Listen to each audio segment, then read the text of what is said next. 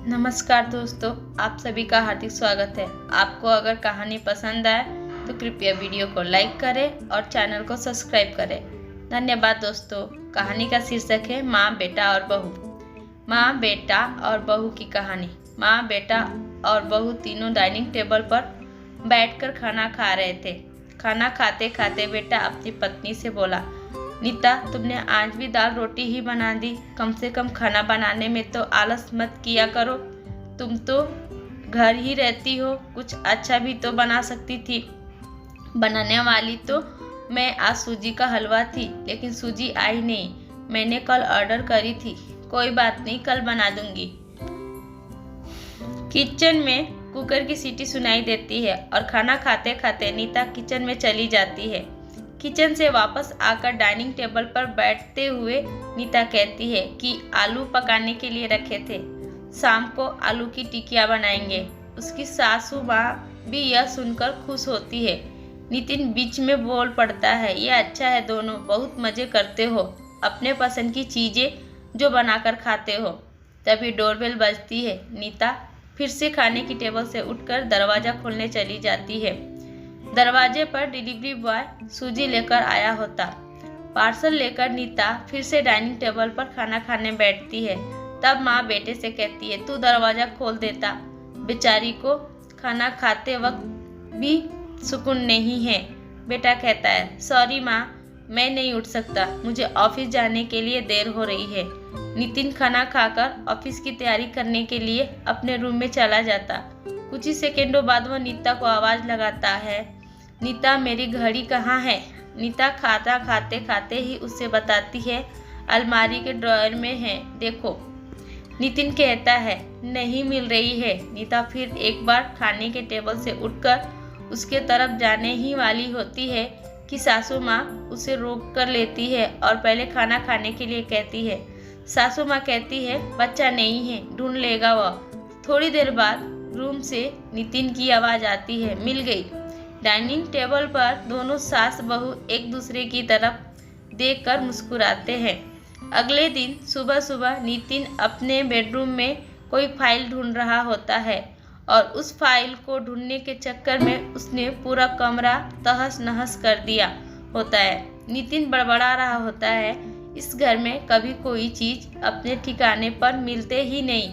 इन औरतों को भी कोई काम नहीं है, इसलिए हर चीज़ इधर की उधर करते रहते हैं। नीता अपने कमरे में आकर कमरे का बुरा हाल देखती है तो नितिन से पूछती है, क्या कर रहे हो? नितिन कहता है, वह फाइल कहाँ है जो मैंने तुम्हें परसों दी थी? नीता तुरंत वह फाइल निकालकर नितिन के हाथों में थमा देती है और उससे कहती है, एक बार मुझसे पूछ लिया होता, पूरा कमरा फैला कर रख दिया। नितिन उल्टा नीता को ही डांट देता है और कहता है, ठीक है, अगर पूरा कमरा फैला दिया है तो तुम्हें और काम ही क्या है? यही काम पूरा दिन करते बैठो। कभी कभी लगता है हाउसवाइफ से शादी करनी ही नहीं चाहिए थी। इतना बोलकर नितिन ऑफिस के लिए निकल जाता है। पति पत्नी की यह बातचीत माँ भी सुन रही होती है, जिसका नितिन को पता नहीं होता। अब माँ और नीता नितिन को सबक सिखाने के लिए प्लान बनाते हैं। अगले दिन सुबह सुबह जब नितिन नींद से जागता है तो नीता को चाय के लिए चिल्लाकर कह रहा होता है। पास ही में सोफे पर बैठी माँ उससे कहती है, नीता नहीं है, वह अपने माँ के घर गई है, कोई ज़रूरी काम था। नितिन फ़ोन निकालकर नीता को कॉल करने लगता है। तब माँ उससे रुकते हुए कहती है, फ़ोन मत कर, माँ के घर ही तो गई है, आ जाएगी 2-3 दिन में। नितिन फ़ोन रख देता है और माँ से कह रहा होता है कि माँ चाय। तभी माँ बोल पड़ती है, हाँ हाँ, 2 कप बनाना, मैं भी पीऊँगी। बेमन से नितिन किचन के तरफ जाने लगता है चाय बनाने के लिए। तब माँ फिर से खड़े होते हुए कहती है, अरे बेटा रुको। नितिन को लगता है माँ उसे रोककर चाय बनाने चली जाएगी, लेकिन माँ कहती है, मेरी चाय में थोड़ी चीनी कम डालना। नितिन चाय बनाकर लाता है। माँ और बेटा दोनों चाय पी रहे होते हैं। तब माँ बोलती है, अच्छी बनाई है, लेकिन नीता जो चाय बनाती है उसमें तुलसी की कुछ पत्तियाँ डाल देती है, उसका स्वाद ही अलग आता है। बेटा कोई नहीं, अगली बार जब तू चाय बनाएगा तो ध्यान रखना। नितिन माँ की तरफ देखता ही रह जाता है। थोड़ी देर बाद नितिन माँ से कहता है, माँ आज खाने में मटर पनीर। माँ फिर से नितिन की बात काटते हुए कहती है, अरे वाह, आज मेरा बेटा मुझे मटर पनीर बनाकर खिलाएगा, अच्छा है। काफ़ी दिनों से मटर पनीर खाने की इच्छा हो रही थी। नितिन कहता है, अरे माँ, मैं तुम्हें मटर पनीर बनाने के लिए कह रहा था। माँ कहती है, नहीं बेटा, मेरे घुटनों में बहुत दर्द रहता है, मैं इतने घंटों तक किचन में खड़ी नहीं रह सकती। नितिन अपना फ़ोन निकालकर रेस्टोरेंट से ऑर्डर करने लगता है। तब माँ उससे रुकते हुए कहती है, इस उम्र में मेरा पाचन अच्छा नहीं रहता बेटा, मुझे गैस हो जाती है और तू मुझे बाहर का खिलाना चाहते हो। तू तो अपनी माँ से प्यार ही नहीं करता। नितिन ना चाहते हुए भी घर का खाना बनाने के लिए किचन में चला जाता है। 1 घंटे बाद खाना बन के तैयार हो जाता है। नितिन 2 थाली में खाना परोसकर माँ के पास आता है। माँ देखती है कि नितिन ने दाल रोटी बनाई है। माँ नितिन से कहती है, अरे बेटा, तू तो मटर पनीर बनाने वाला था ना। नितिन कहता है, माँ ये आसान था बनाने के लिए। माँ कहती है, नीता होती तो मुझे आज मटर पनीर बनाकर ही खिलाती। चलो कोई बात नहीं, मैं कहाँ हर दिन मटर पनीर खाती हूँ, आज भी दाल रोटी ही खा लूँगी। आ बैठ, साथ में मिलकर खाना खाते हैं। दोनों बैठकर खाना खाने लगते हैं। नितिन ने पहला निवाला मुंह में रखा ही होता है कि माँ उसे कहती है, अरे बेटा, दाल में नमक थोड़ा कम है, जाकर ज़रा नमक लेकर आ। नितिन खाना खाते खाते उठता है और किचन में जाकर नमक लेकर माँ को देता है। फिर अपना खाना खाने बैठता है।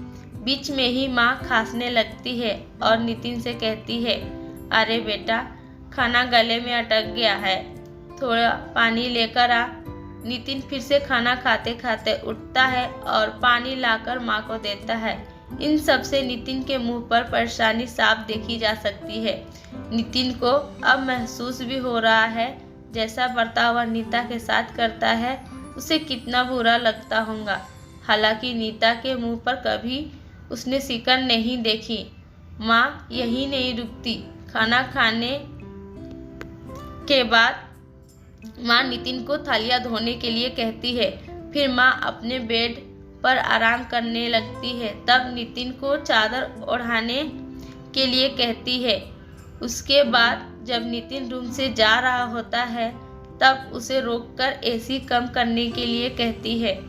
सब कामों से अब परेशान हो जाता है लेकिन कुछ बोल नहीं पाता।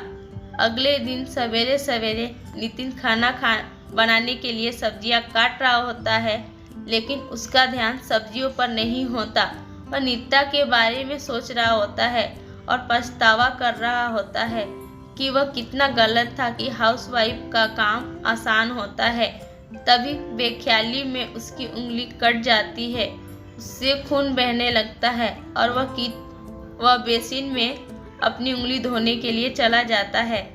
तभी नीता उसके पास आकर उसके हाथों में पट्टी बांधने लगती है। तभी नीता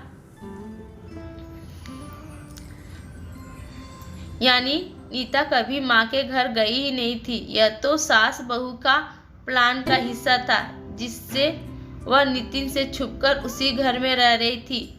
नितिन नीता को देखकर काफी खुश हो जाता है। नीता से कहता है, घर का काम हम दोनों मिलकर किया करेंगे।